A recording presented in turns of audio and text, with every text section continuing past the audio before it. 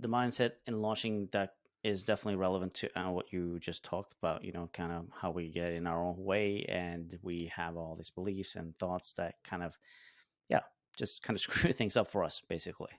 Yeah. Um, so how do we get away from that? How can we kind of step aside and just let things be the way they should be, or let things move on as they should? Yeah, like let me ask you, in the, oh my God, I'm launching podcasts and people that you work with and that like what are the biggest fears that are coming up for people when they're launching? I would say it's definitely something like when you're actually in the launch and you start seeing people maybe not buy or stuff like that. And then you start thinking all these thoughts that, oh, why am I doing this? I'm not good enough. People not buying.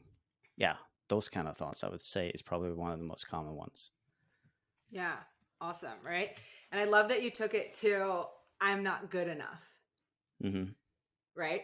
So, and this is the thing, right? We start to see these things in our external world like nobody has purchased. Mm-hmm. Then our mind starts going, it just floods us with all this stuff, right? It's Exactly. like nobody purchased. Oh my gosh. You know what that means? That means I'm not good enough. That means my program has no value. That means it's never going to work. That means I'm going to go bankrupt. That means I'm going to lose my house. Oh my God. Like my world is over. And, I mean, it happens. Like I also coach digital entrepreneurs, right? So it's like I see these things and Mm-hmm. people go down these spirals, right? Starts from, oh, they're not purchasing. And all of a sudden, it's your own beingness, your own actual humanness, your own being that becomes part of what's at stake here, right? As if somebody not buying suddenly means anything about you, right?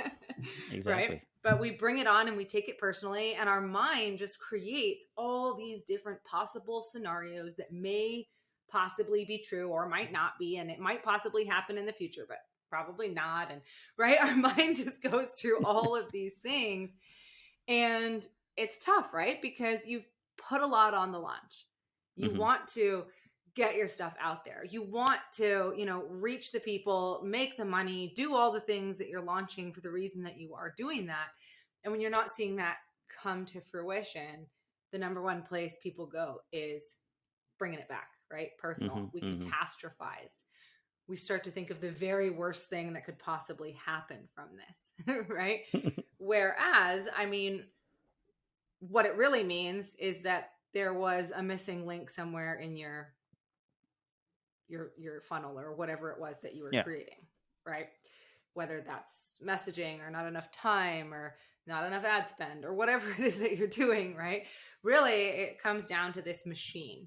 And yet our mind likes to take it to a million different places, Yeah. right? So is that sort of like, we're talking about these are the fears that are coming up, and then what do we Mm-hmm. do about that, right? Like Yeah. How do we handle that, or how can we get away from those kind of thoughts and beliefs that we have, because obviously they're not serving us at all. they're not serving you at all. Exactly. Yeah. And it comes down to then noticing, right? Awareness. Yeah. Awareness, absolutely. Writing them down. I like to encourage people to write them down Mm-hmm. and then take them to court. Sounds really serious. We are taking these thoughts to court, okay? And just like you would do in like with a judge and a jury, what evidence do I have that this is true? Mm-hmm. Because like I said, we often spiral so far out that we create all these scenarios that aren't even true. So what evidence do I have that this is true? And what evidence do I have that maybe this isn't true? Mm-hmm. Right? And at first it becomes, an actual physical, okay, I'm going to write this down and I'm going to Yeah. write down the different things. But as you start to get used to doing that, you can just flip it in your head straight away. Mm-hmm. Right? And I think the most important thing about that is that our thoughts are not facts. Our thoughts are not facts. Okay? So just because we think it, that does not make it true. Mm-hmm. And so often we are so fast to grasp onto the thought that we just had, that I'm not good enough, I'm never going to have sales, blah, blah, blah, blah, blah, whatever it is that you're thinking. And what happens when you have a thought? Oh, you're asking me? I mean, sure. What happens when you have a Yeah. thought? What happens in your body when you have a thought? You get these emotions that connects to the thoughts. 100%, right? Mm-hmm. You have emotions. You have a physiological response, right? If you're starting to think, oh my gosh, I'm never going to make a sale, you feel that anxiety, right? It taps into, you start to maybe feel a little shaky, a little, oh my gosh, uncomfortable, right? You start to tap into a fight or flight mechanism, right? Your cortisol, your stress hormone is released. And now all of a sudden you're in this sort of anxious state. You have a physiological and emotional response to the thought.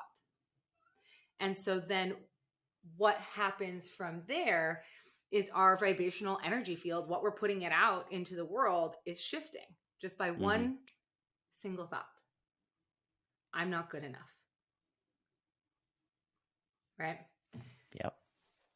I love to use this example, and Ken, we'll do it together, is what happens to you? And I'm gonna say something to you, and I want you to describe how you feel, what happens, respond to me, whatever it is, okay? All right. You are a purple polka dotted zebra. Okay. I don't know. That sounds funny, I guess. Okay. You smiled, you laughed, you kind of chuckled a little bit, right? Like, okay. That's all right. I can be that. Okay, cool. Now, what if I said to you, your business is never going to work out and you're never going to be able to do what you actually want in this world? Mm-hmm. Yeah, that's a totally different feeling. Mm-hmm. And I don't mean that, by the way. I kind of hate this game because I feel bad saying it, but I didn't believe you. Okay, good. Right? But notice the energy in your body, even though you're saying you don't believe me. And I can, but you still take it on some kind of way, strange way. Yeah. Yeah. I'm watching you. And when I said you're a purple polka dotted zebra, you're like, a little smile, like, okay, weirdo. Right? But when I said the other one, you kind of took a deep breath and we're like, ooh, yeah, that doesn't feel nice. Yeah. Right. And so as humans, we have up to 60,000 thoughts every single day. 80% are negative and 95% are repetitive. Mm-hmm. So if we're going through our launch thinking, I'm not good enough, I'm not good enough, I'm not good enough, and we're repeating that, how is our physiological body responding? Exactly. Yeah, that makes sense. And then what type of energy are we then putting out into the world? And as we're trying to go through our launch and we're trying to attract this huge energy up here of a really successful launch, and we're putting out energy way down below. Mm-hmm. Right. And so recognizing these thoughts, like I say to myself all the time in my head, I'll notice a thought come in because we can never stop the thoughts. And I think this is really important, right? Mm-hmm. When people think of mindfulness or meditation, they think, oh, I've got to clear my mind of all these thoughts. And good luck. I mean, good luck to you. My mind can't not shut up. So yeah, good luck with that. Even when I spent, 10 days in a silent Vipassana meditation retreat, my mind didn't shut off.